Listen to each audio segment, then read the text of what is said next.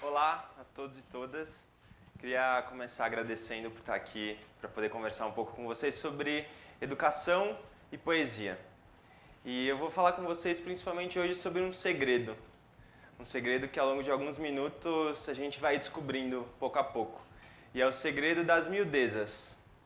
O segredo das pequenezas, das coisas miúdas que a gente pode perceber no nosso dia a dia que podem desviar a nossa rota.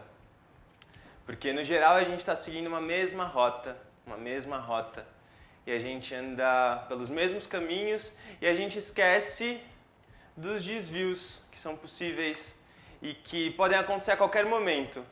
E se vocês prestarem atenção no que acontece quando se dá um desvio, acontece uma mudança total do caminho. Porque se você vai sempre numa rua e você simplesmente vira para um lado ou para o outro, tudo que você vai ver a partir de então muda. Então o que eu vou falar hoje para vocês é sobre o que a gente pode ver no nosso caminho que desvia o nosso caminho. E esse o que vão ser miudezas, coisas pequenas, coisas que dificilmente a gente percebe. E para começar falando das miudezas, eu vou contar uma história para vocês. É uma história que fala sobre um contador de histórias. Existia um homem que contava histórias para as pessoas. E todo mundo da vila onde esse homem morava, todo mundo saía dessas conversas com esse homem muito marcados. As pessoas iam conversar com esse senhor contador de histórias e elas ouviam histórias que deixavam elas muito felizes, muito transformadas. Elas saíam contando para todo mundo: nossa, eu fui lá e eu encontrei o contador de histórias e ele me contou isso e isso. Eu não consigo mais esquecer o que ele me disse. E um dia, um garotinho, ele foi até o contador de histórias. E ele foi perguntar para o contador de histórias como o senhor é capaz de contar histórias para as pessoas que mudam tanto a vida delas. O que o senhor diz para elas? O quê? E aí esse senhor, ele costumava sempre responder as perguntas de quem quer que seja com uma história. Então ele falou para o garotinho: vou te contar uma história. E aí o contador de histórias começou a dizer: era uma vez um arqueiro, um homem que passou a vida inteira tentando entender como jogar uma flecha num alvo.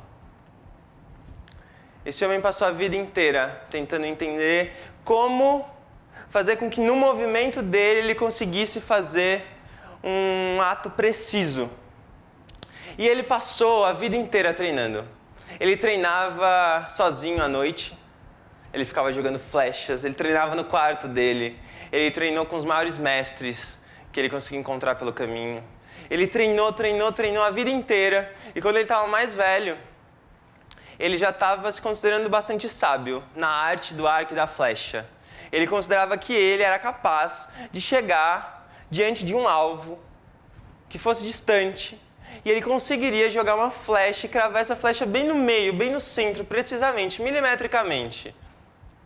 E aí, um dia, esse arqueiro resolveu participar de um encontro de arqueiros, porque ele sempre passou a vida muito tímido, treinando lá em casa, sozinho, e ele pensou: eu preciso encontrar mais gente, eu preciso encontrar outras pessoas.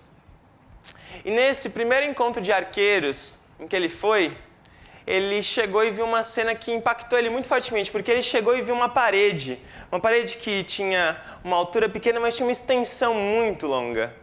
E era uma parede muito longa com muitos alvos. Imaginem muitos alvos pequenininhos, diminutos, alvos grandes, um pertinho do outro. Em todos esses alvos tinha uma flecha cravada bem no meio. Muitas flechas cravadas bem no meio de muitos alvos. E aí esse arqueiro, ele ficou muito assustado. Ele falou: não é possível que alguém tenha conseguido colocar tantas flechas em tantos alvos. E é tão parecido o jeito como essas flechas estão cravadas nos alvos, que provavelmente foi uma mesma pessoa que fez isso. Quem será que fez isso? E esse arqueiro começou a gritar: quem foi que fez isso? Quem foi? Eu preciso aprender com quem fez isso. Como? Como uma pessoa é capaz de colocar tantas flechas em tantos alvos? E aí tinha um outro garotinho lá perto. E esse garotinho falou, fui eu que fiz isso. E aí o arqueiro falou, não é possível, não é possível que tenha sido você. Eu duvido que tenha sido você. Me conta quem foi, você viu quem foi que fez isso? E aí o garotinho falou, fui eu. É sério, não vai me escutar? E o arqueiro falou, não vou te escutar, não foi você, me fala quem foi. E aí o garotinho disse o seguinte, você não quer me escutar, mas eu vou dizer como foi que eu fiz isso. Como foi que eu cravei tantas flechas no meio de tantos alvos. Primeiro, eu jogo a flecha. Depois, eu pinto o alvo ao redor. Primeiro, eu jogo a flecha. E depois, eu pinto o alvo ao redor. Assim termina a história do arqueiro, um garotinho. E aí a gente volta à história do contador de histórias, com outro garoto na frente dele. Imaginemos, contador de histórias e o garoto na frente dele. E o contador de histórias diz, primeiro, eu escuto as pessoas. E depois, em torno do que as pessoas me contam, eu pinto uma outra história. Primeiro eu escuto, depois eu pinto em torno do que as pessoas me contam uma outra história. O que a história desse arqueiro, desse contador de histórias nos diz, é que a escuta ela é muito importante. Essa história ela é uma história que está no livro O Alvo, do Ilan Brenman. E é uma história que diz muito sobre essa percepção daquilo que é miúdo, daquilo que pode mudar a nossa rota. Se a gente realmente escutar o que está perto da gente, a gente está mais aberto para aprender com o que está ao nosso redor, com o que está mais perto da gente. E o convite que eu tenho aqui para vocês é exatamente esse, que a gente se torne mais aberto para aprender com o que está perto da gente. Eu acabei viajando por vários países para escrever um livro sobre educação, um livro que eu escrevi com outros amigos, chamado Volta ao Mundo em 3 Escolas. E logo depois de lançar esse livro, eu acabei indo viajar para um outro país. Eu fui para a Índia. E lá na Índia, um dia eu estava andando por um lugar que tinha muita lama. E eu estava andando com um senhor de 75 anos, que era considerado um mestre na região. E nesse lugar que tinha muita lama, eu estava pisando, meu pé estava afundando. E aí esse senhor ele pegou e falou assim, que tal se a gente pegar algumas pedras e jogar nessa lama que está na nossa frente, a gente pisa nas pedras para a gente não afundar, né? E aí, lá fui eu procurar as pedras. Lá na Índia, numa região rural da Índia, lá vou eu procurar as pedras. E eu fui longe procurar as pedras, longe. E esse senhor ficou lá. Quando eu voltei com algumas pedras na mão, ele olhou para mim e falou, você viu tanto de pedras que eu encontrei por aqui? Por que você foi tão longe para procurar o que a gente estava precisando? Será que a gente precisa ir tão longe para procurar o que também às vezes está perto da gente, muito perto?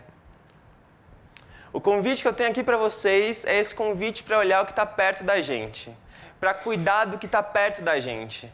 Porque nesse mundo com tanto ruído, com tanto caos, a gente às vezes se perde totalmente ao ver demandas do mundo que são tão grandes, que são grandezas tão imensas, e a gente esquece de cuidar do que está mais perto, das relações que estão mais próximas, do que a gente mais tem capacidade de alterar. E aí, continuando nessa provocação de a gente escutar mais o que está perto, de a gente lançar mais flechas para perceber o que está próximo, eu vou mostrar para vocês uma série de pequenas poesias que eu tenho feito no cotidiano. Porque se a gente quiser fazer uma mudança realmente relevante na nossa rota, a gente tem que fazer essa mudança no cotidiano. A gente tem que fazer essa mudança na segunda, na terça, na quarta, na quinta, na sexta, nos dias onde a gente está vivendo essa rotina, que alguns chamam de rotina. Eu vou mostrar para vocês algumas dessas poesias que elas foram reunidas no que eu chamei de Jornal das Miudezas. O que seria um jornal que noticiasse esses acontecimentos banais, que noticiasse essa escuta do que é miúdo, mas que por ser miúdo é importantíssimo. E merece ser percebido, merece ser apreendido. O que eu posso aprender com uma folha que está no chão? O que eu posso aprender com algo que, a princípio, está até invisível? Essa é uma das manchetes do Jornal das Miudezas. Uma folha com rachadura se deita de barriga para cima, com todos os olhos abertos, para descansar seu vazio e preenchê-lo com o momento exato em que a noite e o dia se encontram, se beijam e se despedem.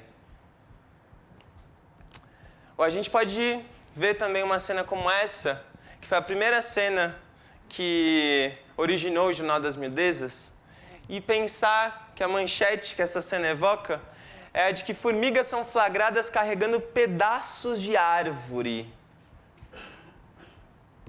Pedaços de árvore. Essa cena é uma alegoria do trabalho humano. A gente vê essa formiga carregando um pedaço de árvore e a gente vê a gente carregando um pedaço de árvore todos os dias. E essa cena, por exemplo, de uma moeda que é encontrada pedindo dinheiro na rua. E aí resta uma pergunta para vocês. Até onde vai a ambição? Até onde vai a ambição? Ou quando a gente vê essa cena, por exemplo, de um lápis que está treinando natação para as miúdo Olimpíadas. Ou essa outra cena, ainda mais emblemática, de rachaduras que se unem contra a especulação imobiliária.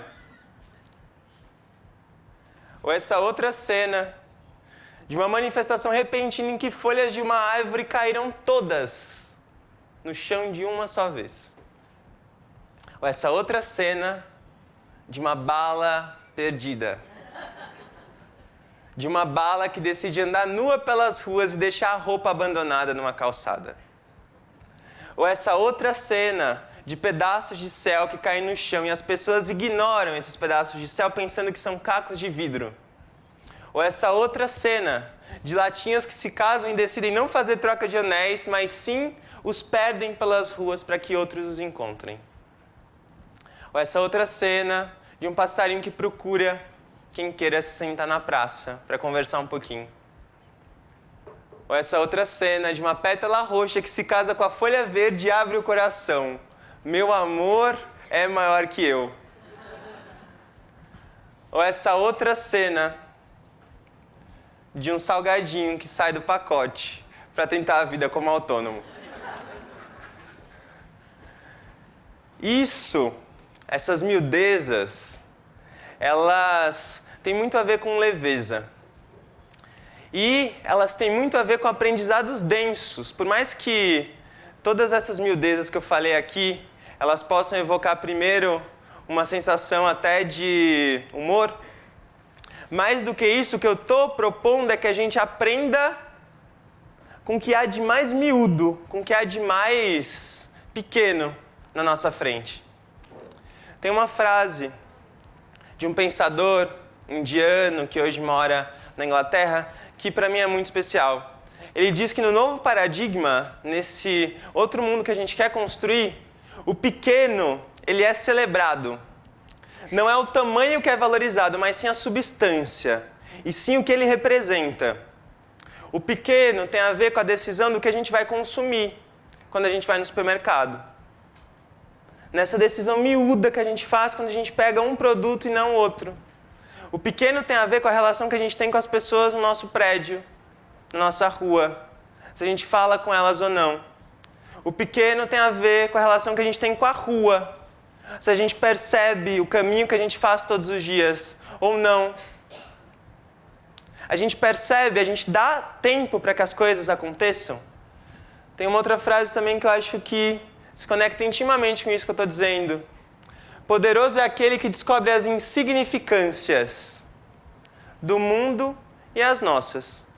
É uma frase do Manuel de Barros. E ele até diz na continuação desse poema que, por essa descoberta, pela descoberta de que poderoso é aquele que percebe as insignificâncias, ele foi chamado de imbecil. E ele continua dizendo, sou fraco para elogios. E o ponto é, como a gente percebe que essa percepção, ela é muito importante. Poderoso não é aquele que descobre ouro, mas sim aquele que percebe as miudezas e aprende com elas. Como que a gente percebe que as miudezas das relações, elas podem provocar uma educação do sensível, uma educação da percepção. E como as miudezas, elas estão pedindo, exigindo da gente um outro tempo. Para que você consiga caminhar e perceber esses detalhes, para que você consiga se relacionar com as pessoas e perceber esses detalhes, você precisa dedicar tempo para isso. Não esse tempo acelerado, esse tempo translocado, esse tempo esbaforido, esse tempo desfolegado, sem fôlego. Você precisa dedicar um tempo que consiga respirar. Qual foi a última vez que um de vocês andou pela rua com calma, olhando realmente os lugares pelos quais estavam passando, olhando realmente as pessoas como pessoas e não como estranhos, estrangeiros que merecem estar distantes? Qual foi a última vez que isso aconteceu? Qual foi a última vez que a gente se perguntou o que a gente podia aprender com um desconhecido? Qual foi a última vez? E, de novo, isso é pequeno, mas isso tem muito a ver com as nossas ações e com os nossos comportamentos no trabalho, no dia a dia. Se a gente não consegue perceber essas pequenezas, quem dirá as grandezas? E qual é o segredo das miudezas? O segredo das miudezas é que elas podem ensinar a gente a ter intimidade com a realidade. O Paulo Freire, educador brasileiro, muito importante, ele, depois de voltar do exílio, porque na época da ditadura ele passou alguns anos fora do Brasil, quando ele voltou, ele disse que é impossível você realizar um sonho se você não tiver intimidade com a sua realidade. E quantas vezes a gente tenta realizar ações sem ter a mínima intimidade com a nossa realidade mais próxima, né? Quantos projetos a gente vê hoje no mundo em movimento que não tem nenhuma intimidade com o que as pessoas realmente querem e que estão em movimento porque foram feitos por pessoas que não estavam de olhos abertos para perceber essas miudezas. Será que a gente tem coragem de ter intimidade com a nossa realidade? Será que a gente tem coragem de andar realmente soltando flechas primeiro, antes de sair falando com os nossos vícios? As miudezas pedem um tempo mais lento. Pedem um tempo da escuta. E eu vou terminar essa minha fala com uma poesia bem curta, que diz respeito a essa miudeza e a essa escuta. Escute cada pessoa com lupa no teu ouvido. A cada miudeza de pessoa, um infinito é descomprimido. Muito obrigado.